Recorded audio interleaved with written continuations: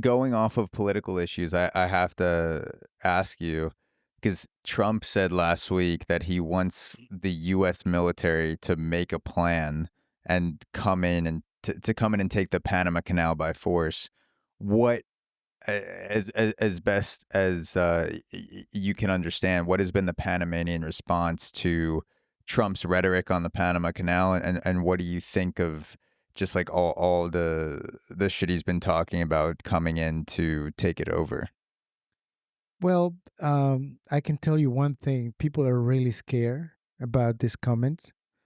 Um, and when the first time he said that he will come and take back the canal, a lot of people were kind of joking around and laughing about.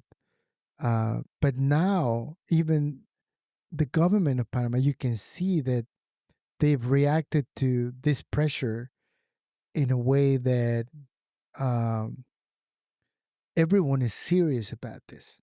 Like, um,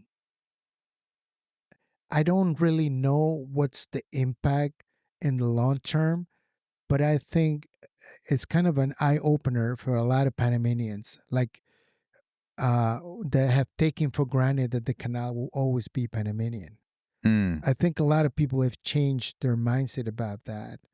And as Panamanians, we need to see this as an opportunity to become more resilient as a society. Like we really need to look into what the canal has been doing, like the ACP, and how they have handled the canal, so that we prevent corruption from going into the canal. For example, the administration of the canal. And so I don't know what's going to happen in the long term. Definitely, Trump has the power to take over the canal. mm. There's no doubt about that. I don't know if it's going to happen. I don't know if it's just putting pressure in into the Panamanian government so that he can get away with other stuff like businesses in the canal. And this is one thing people have argued, that he's just trying to open opportunities for himself and his friends, economically speaking.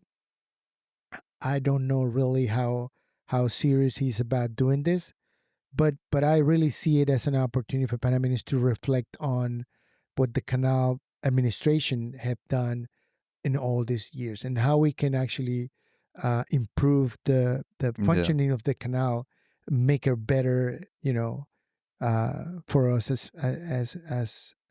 as a society and as a country. Yeah. But it's scary. I mean, So people are legitimately worried this time about the threat of the U.S. actually taking back the canal. I really think so. I really think so. I mean, I've talked to several people, academics, professionals, and as I said, I think at this point, um, it's a real worry, like it's Mm. a real threat, and everyone is taking it seriously. How the public is going to react if anything happens, I don't know. I can't really tell. But we are in a stage like we just quiet, hoping that nothing Yeah. happens. You know. Yeah, I guess that's the thing about Trump is you never know if he's just posturing and saying something to try to look tough or he's actually going to follow I think through at on what this he says. point, and that's true for Americans and truly any country involved with the US, I think we have a right to be scared now. Like, I think there's been Yeah. enough going on, enough times where, despite judges and other people that are supposed to have the power to bar the president from doing certain things, he's done them anyway. So I think if he wants to take the canal by force, he will. Same thing with Greenland, same thing with whatever he's threatened people on. I think we need to at least take it seriously, whether or not that'll happen.